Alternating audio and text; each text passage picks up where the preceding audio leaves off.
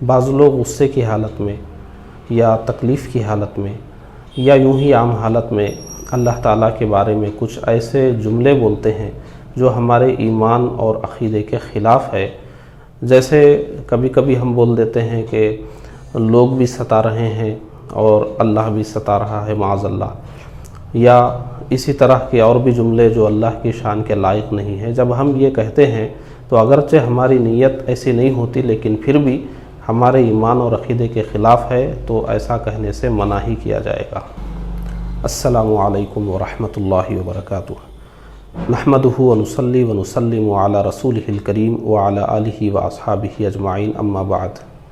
ناظرین کرام، اللہ تبارک و تعالیٰ نے قرآن مجید فرقان حمید میں بار بار اللہ پر ایمان لانے کا حکم فرمایا. اللہ پر ہم ایمان لاتے ہیں، اللہ کے رسولوں پر، اللہ کی نازل کی ہوئی کتابوں پر، فرشتوں پر، قیامت کے دن پر وغیرہ وغیرہ. تو اللہ پر ایمان لانے کا مطلب کیا ہے؟ کون سی باتیں ہیں جس کو ماننا ہے؟ قرآن مجید میں اللہ تبارک و تعالیٰ نے بہت ہی تفصیل کے ساتھ ان باتوں کو بیان فرمایا ہے. تو جو باتیں اللہ تبارک و تعالیٰ کے بارے میں قرآن و حدیث میں آئی ہیں ان سب باتوں پر ہمارا ایمان ہونا چاہیے اور ان سب باتوں کو ہمیں ماننا چاہیے. انہی باتوں کو ہم اللہ تعالیٰ کے بارے میں عقیدے کہتے ہیں. قرآن مجید میں اللہ تبارک و تعالیٰ کے بارے میں جو عقیدے آئے ہیں یا حدیث شریف میں جو عقیدے آئے ہیں ان کو ہم مختصر انداز میں بیان کر رہے ہیں کہ ایک مسلمان اللہ تبارک و تعالیٰ کے بارے میں کیا مانتا ہے اور کیا عقیدہ رکھتا ہے. بہت مشہور و معروف صورت ہے سورہ اخلاص، جس کی شروعات بسم اللہ الرحمن الرحیم قل هو اللہ احد اس آیت سے ہوتی ہے، جس میں اللہ تبارک و تعالیٰ نے صاف ارشاد فرمایا کہ اے پیارے حبیب صلی اللہ علیہ وآلہ وسلم آپ فرما دیجئے کہ اللہ ایک ہے. اور آگے بیان ہوا کہ وہ صمد ہے، اللہ صمد ہے یعنی بے نیاز ہے، وہ نہ کسی کا بیٹا ہے نہ وہ کسی کا باپ ہے. اس طریقے سے قرآن مجید میں بہت سارے مقامات پر اللہ تبارک و تعالیٰ نے اپنے بارے میں کچھ باتیں بیان فرمائی ہیں، انہی کو ہم اللہ کے بارے میں عقیدے کہتے ہیں. اللہ تبارک و تعالیٰ کے بارے میں سب سے پہلا عقیدہ جو ہم رکھتے ہیں وہ توحید کا ہے، یعنی اللہ ایک ہے. یہی مسلمانوں کا عقیدہ ہے اور یہی تمام انبیاء کرام کی تعلیم بھی رہی ہے. اللہ ایک ہے، توحید کو ہم مانتے ہیں. اسی طریقے سے اللہ تبارک و تعالیٰ ساری دنیا کا پیدا کرنے والا ہے اور اس کا کوئی شریک نہیں ہے، اس کے ذات میں کوئی شریک نہیں ہے، اس کے صفات میں کوئی شریک نہیں ہے، اس کے افعال میں یعنی اس کے کاموں میں اور اس کے اسماء میں یعنی اس کے ناموں میں کوئی اس کا شریک نہیں، اس کے حکم میں کوئی اس کا شریک نہیں. اللہ تبارک و تعالیٰ کی ذات پر ہم جس طرح ایمان لاتے ہیں اس کی صفات پر بھی ایمان لاتے ہیں. صفات کا مطلب یعنی اللہ تبارک و تعالیٰ حیات والا ہے، یعنی وہ خود سے زندہ ہے اور سب کی زندگی اس کے دست قدرت میں ہے. وہ سننے والا ہے، دیکھنے والا ہے، قدرت والا ہے، جو چاہے کرنے والا ہے، علم والا ہے، ارادے والا ہے. وہ ساری دنیا میں تصرف فرمانے والا ہے، جو کچھ کائنات میں ہو رہا ہے اس کا کرنے والا وہی ہے اور اس کی مرضی کے خلاف کوئی کچھ نہیں کر سکتا، وہ جو چاہے کرے. یہ ساری چیزیں ہم اللہ تبارک و تعالیٰ کے بارے میں مانتے ہیں، اسی کو ہم اللہ کے بارے میں عقیدے کہتے ہیں. اسی طرح سے اللہ تبارک و تعالیٰ کے بارے میں اسلام یہ بھی تعلیم دیتا ہے کہ اللہ تعالیٰ جسم سے پاک ہے، جسمانیات سے پاک ہے اور جہت سے پاک ہے. جہت سے یعنی سیدھی جانب، بائیں جانب، سامنے، پیچھے، اوپر، نیچے، یہ جو جہت ہے ان سب سے اللہ کی ذات پاک ہے. مکان سے اللہ کی ذات پاک ہے، یعنی کوئی جگہ میں اللہ تبارک و تعالیٰ ہو ایسا نہیں ہوتا، وہ جگہ سے پاک ہے، وہ جہت سے پاک ہے. یہ سب اللہ تبارک و تعالیٰ کے بارے میں ہم مانتے ہیں. تو یہ سب چیزیں جب ہم مانتے ہیں تو ہمیں کبھی بھی اللہ تبارک و تعالیٰ کے بارے میں کچھ کہنا ہو تو ہمیں یہ سوچ لینا چاہیے کہ ہماری کوئی بھی بات ہمارے ان عقیدوں کے خلاف نہیں ہونی چاہیے. اللہ تبارک و تعالی کے بارے میں ہم سب کا ایمان درست ہے، ساری چیزوں پر ہم ایمان رکھتے ہیں، وہ ایک ہے اور وہ قدرت والا ہے، وہ جو چاہے کر سکتا ہے، وہ کسی کے ساتھ ظلم نہیں کرتا، وہ جو کرے وہ انصاف ہے، یہ سب ہم مانتے ہیں۔ لیکن کبھی کبھی ایسا ہوتا ہے کہ ہم گفتگو کے دوران غصے کی حالت میں یا تکلیف کی حالت میں، مصیبتوں میں یا یوں ہی مذاق میں کبھی ہم اللہ تعالیٰ کے بارے میں ایسی بات بولتے ہیں جو ہمارے ایمان اور عقیدے کے خلاف ہے۔ اس پر ہمیں خصوصی طور پر تنبیہ کرنا ہے۔ جیسے جب ہم بہت تکلیف میں ہوتے ہیں، بیماریوں میں گھرے ہوتے ہیں، درد ہو رہا ہوتا ہے، تو جب صبر ہمارے اندر ختم ہو جاتا ہے تو ہم اللہ تبارک و تعالیٰ کے بارے میں کچھ ایسے جملے بولتے ہیں جو اللہ کی شان کے لائق نہیں ہیں۔ جیسے بہت زیادہ تکلیف ہو گئی، بیماری ہو گئی، تو کبھی کبھی ہم یہ بول دیتے ہیں کہ اللہ تعالیٰ کہاں ہم کو بھول گیا ہے، یا اللہ نے ہمارے ساتھ انصاف نہیں کیا، یا اللہ ہم کو ستا رہا ہے۔ یہ سب ایسے جملے ہیں جو ہمارے ایمان کے، ہمارے عقیدے کے خلاف ہے۔ تکلیفوں میں، مصیبتوں میں کبھی ہم کو اللہ تعالیٰ کے بارے میں ایسے الفاظ نہیں بولنا چاہیے جو ہمارے ایمان کے خلاف ہے۔ کبھی کبھی ہم غصے کی حالت میں بول دیتے ہیں کہ جب ہم کسی بات پر اڑ جاتے ہیں، ضد پر آ جاتے ہیں، تو کہہ دیتے ہیں کہ اوپر والا بھی بولے گا تو میں نہیں مانوں گا۔ یہ بھی بہت شدید بات ہو گئی۔ اور ایسے ہی ہم بار بار اللہ تبارک و تعالیٰ کو اوپر والا کہتے رہتے ہیں، بہت سارے لوگ کہتے ہیں۔ یہ بات بھی ہمارے عقیدے کے خلاف ہے، اس سے بھی منع کیا گیا ہے، کیونکہ ہم نے شروع میں ہی بتایا کہ اللہ تعالیٰ جہت سے پاک ہے، یعنی وہ اوپر، نیچے، دائیں، بائیں، سامنے، پیچھے، وہ اس طرح اس کو نہیں کہا جائے گا۔ تو علماء اسلام نے ارشاد فرمایا ہے کہ اوپر والا کہنا منع ہے، کیونکہ اللہ تبارک و تعالیٰ جہت سے پاک ہے۔ اسی طریقے سے اللہ تبارک و تعالیٰ کے بارے میں ہم کبھی کہہ دیتے ہیں کہ اللہ تبارک و تعالیٰ اس کو عقل دینا بھول گیا ہے۔ کبھی کبھی کسی بیوقوف کے بارے میں ہم کہہ دیتے ہیں کہ اللہ تعالیٰ اس کو عقل دینا بھول گیا ہے۔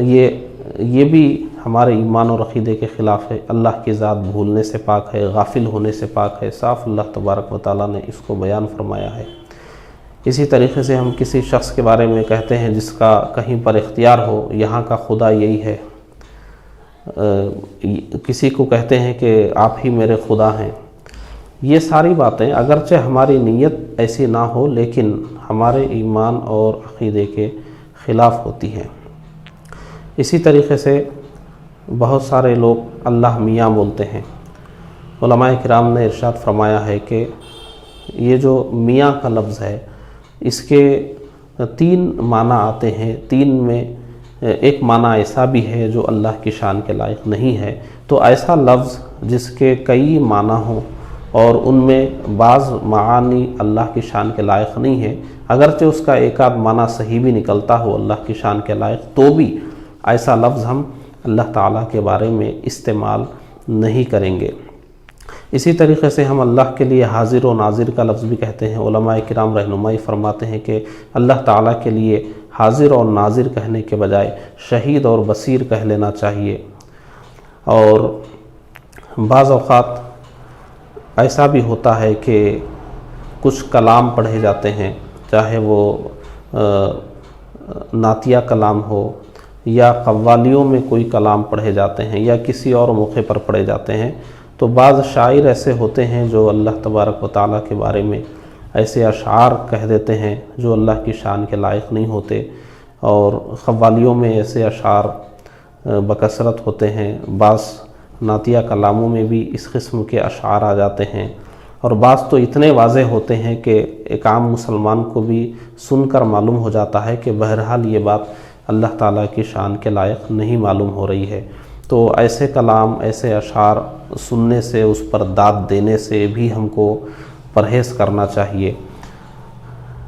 اگرچہ ہماری نیت اللہ تعالیٰ کے بارے میں یہ باتیں کہتے وقت واقعتاً ہماری نیت ایسی نہیں ہوتی کہ ہم ایسی بات کہیں جو اللہ کی شان کے لائق نہ ہو، ہماری نیت نہیں ہوتی، لیکن پھر بھی ہم جو بات کہتے ہیں اس کا جو بھی معنی ہے وہ معنی کام کر جاتا ہے۔ ہم اچھی نیت سے اگر برا لفظ کہیں گے تو اس کا معنی مطلب بہرحال برا ہی رہے گا۔ تو ہماری نیت کے ساتھ ساتھ الفاظ بھی درست ہونے چاہیے۔ تو اللہ تبارک و تعالیٰ کے بارے میں ہمارا جو ایمان اور عقیدہ ہے اس کے خلاف ہم کوئی بات نہ کہیں۔ بنیادی طور پر یہ بات یاد رکھیں کہ اللہ ایک ہے، یعنی ہم توحید کو مانتے ہیں، تو کوئی ایسی بات زبان سے نہ کہیں جو توحید کے خلاف جاتی ہو۔ جیسے ایک مثال مجھے یہ بھی یاد آ رہی ہے کہ بعض لوگ کہتے ہیں کہ کون سا خدا بولا یہ کام کرنے کو، تو کون سا خدا؟ خدا ایک ہی ہے۔ جب ہم توحید کو مانتے ہیں اللہ ایک ہی ہے، خدا ایک ہی ہے، تو کون سا خدا کہنا کیا معنی رکھتا ہے؟ اسی طریقے سے اللہ تبارک و تعالیٰ جسم اور جسمانیات سے پاک ہے، اور اللہ تبارک و تعالیٰ تھکنے سے، سونے سے، نیند سے، اونگ سے، ان سب چیزوں سے وہ پاک ہے۔ ایک صاحب نے کسی موقع پر کہا تھا، ایک صاحب نے بہت لمبی دعا کی، تو ایک صاحب نے بعد میں کہا کہ مولوی صاحب نے اتنی لمبی دعا کی کہ اللہ تعالیٰ بھی سنتے سنتے تھک گیا۔ تو انہوں نے اللہ تعالیٰ کے بارے میں اس طرح کا لفظ کہا۔ تو یہ لفظ ہمارے ایمان اور عقیدے کے خلاف ہے کہ یہ تھکنا، یہ سب جسم اور جسمانیات سے تعلق رکھتا ہے، اور یہ ایک عیب اور نقص کی بات ہے۔ اللہ تبارک و تعالیٰ ان سب چیزوں سے پاک ہے۔ کچھ فرقے بھی اس طرح ماضی میں گزرے ہیں جن کے عقیدے اللہ تبارک و تعالیٰ کے بارے میں درست نہیں تھے۔